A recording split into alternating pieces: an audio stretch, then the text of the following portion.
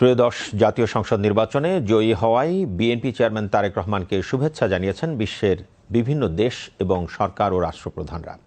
ত্রয়োদশ জাতীয় সংসদ নির্বাচনে নিরঙ্কুশ সংখ্যাগরিষ্ঠতা লাভ করায় বিএনপির চেয়ারম্যান তারেক রহমানকে উষ্ণ অভিনন্দন জানিয়েছেন ভারতের প্রধানমন্ত্রী নরেন্দ্র মোদী। নরেন্দ্র মোদী তাঁর ভেরিফাইড ফেসবুক পেজে দেয়া এক পোস্টে এই অভিনন্দন জানান। ভারত একটি গণতান্ত্রিক, প্রগতিশীল ও অন্তর্ভুক্তিমূলক বাংলাদেশের প্রতি সমর্থন অব্যাহত রাখবে বলে পোস্টে উল্লেখ করেন নরেন্দ্র মোদী।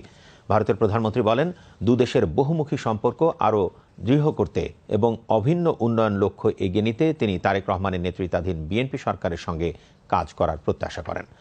পাকিস্তানের প্রধানমন্ত্রী শাহবাজ শরীফ সামাজিক যোগাযোগ মাধ্যম এক্সে দেয়া এক পোস্টে বাংলাদেশের সংসদ নির্বাচনে বড় ধরনের বিজয় অর্জন করায় তিনি তারেক রহমান ও বাংলাদেশের জনগণকে অভিনন্দন জানান।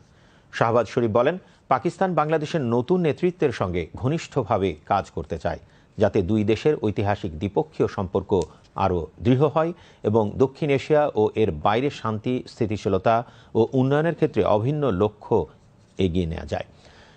জাতীয় সংসদ নির্বাচনে সংখ্যাগরিষ্ঠতা অর্জন করায় বিএনপি ও দলটির চেয়ারম্যান তারেক রহমানকে অভিনন্দন জানিয়েছেন পাকিস্তানের প্রেসিডেন্ট আসিফ আলী জারদারিও।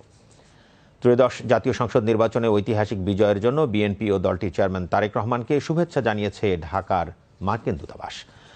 আজ ঢাকার মার্কিন দূতাবাসের ভেরিফাইড ফেসবুক পেজে দেয়া এক পোস্টে এই শুভেচ্ছা জানানো হয়। ফেসবুক পোস্টে বলা হয়, বাংলাদেশ ও যুক্তরাষ্ট্রের সমৃদ্ধি ও নিরাপত্তার অভিন্ন লক্ষ্য বাস্তবায়নে আরও ঘনিষ্ঠভাবে কাজ করতে আগ্রহী যুক্তরাষ্ট্র। ত্রয়োদশ জাতীয় সংসদ নির্বাচনে শান্তিপূর্ণ ও সফল অংশগ্রহণের জন্য বাংলাদেশের জনগণকে অভিনন্দন জানিয়েছে চীন। একই সাথে নির্বাচনে নিরঙ্কুশ সংখ্যাগরিষ্ঠতা অর্জনকারী বাংলাদেশ জাতীয়তাবাদী দলকে, বিএনপিকে অভিনন্দন জানিয়েছে দেশটি। আজ ঢাকাস্থ চায়না দূতাবাসের ফেসবুক পোস্টে দেয়া এক শুভেচ্ছা বার্তায় জানানো হয়, চীন বাংলাদেশের নতুন সরকারের সঙ্গে একসাথে কাজ করার এবং চীন বাংলাদেশ সম্পর্কের নতুন অধ্যায় লেখার জন্য অধীর আগ্রহে অপেক্ষা করছে।